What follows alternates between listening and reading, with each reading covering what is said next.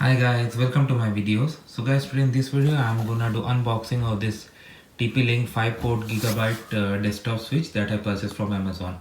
So basically the reason I had to buy this switch was like on my modem all ports have been occupied because I have connected various devices to it.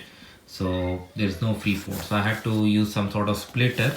So that is why I have purchased this from Amazon, and I'm gonna unbox it and I'm gonna see what are the things I have in here. So let's start with this, guys. So now I have opened the packet, and under this I have this installation guide. Okay, then I have this main device. Let me see how it looks. So this looks like this. I have ports, and I have one for power. Okay, that is really great. What else do I have here?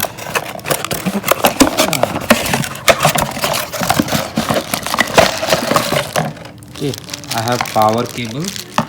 Yes, that's it.